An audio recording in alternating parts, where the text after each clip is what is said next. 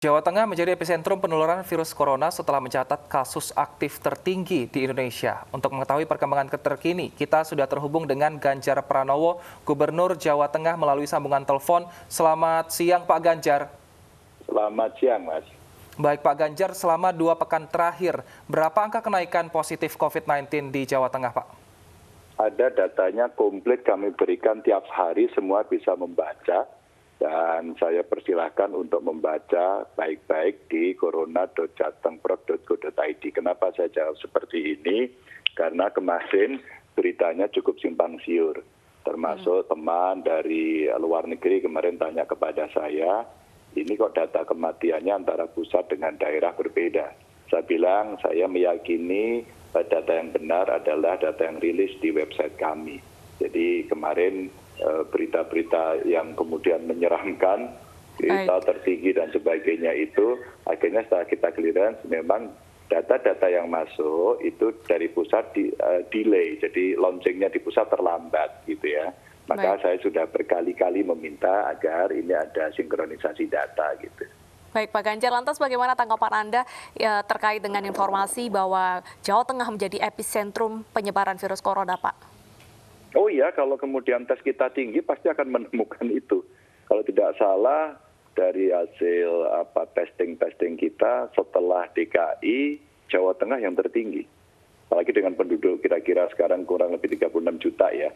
Maka sebenarnya kita mengingatkan bahwa semua tidak boleh lengah. Apakah ini sudah second wave?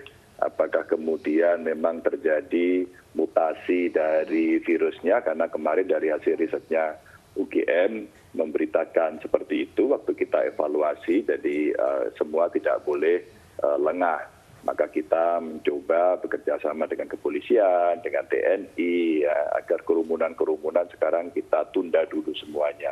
Itulah yang kemarin coba kita sampaikan kepada masyarakat agar kita semua hati-hati gitu. Untuk testing saat ini difokuskan kemana Pak? Apakah keluarga atau perkantoran karena saat ini kantor juga sudah mulai beroperasi? Oh, kantornya belum, kantor dari dulu mau beroperasi Mas, tapi kalau Jawa Tengah yang Pemprov itu work from home 50% sejak bulan April dulu, sampai sekarang masih 50%. Jadi model testingnya bukan diarahkan kemana, tapi melakukan tracing Mas. Jadi tracing itu siapa yang kena, terus kemudian dikejar, ya dikejar, dicari seperti itu. Ada sih sempat kita secara random ya, waktu kemarin ada lebaran atau libur bersama itu sempat kita melakukan random. Tapi kalau sekarang tentu ilmu itu tidak akan kita gunakan, tapi kalau kita melihat ada kejadian maka kita tracing terus menerus ya. Dan itulah yang kemudian saya sampaikan kepada kawan-kawan, teman-teman jangan panik dengan angka yang tinggi ya, tetap saja dilakukan testing.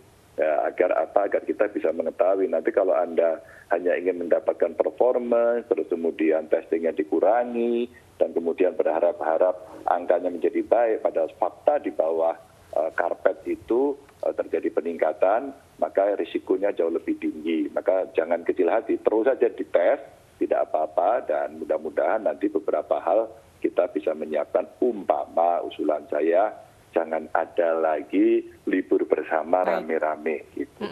Lantas bagaimana ketegasan pemerintah untuk mengantisipasi peningkatan kasus, mengingat sebentar lagi kita akan memasuki libur Natal dan Tahun Baru untuk menghindari kerumunan yang akan terjadi, Pak Ganjar? Yang pertama jangan libur bersama ya, gitu. Terus kemudian yang kedua kita udah bicara, Kemenak saya kira juga udah menyampaikan kepada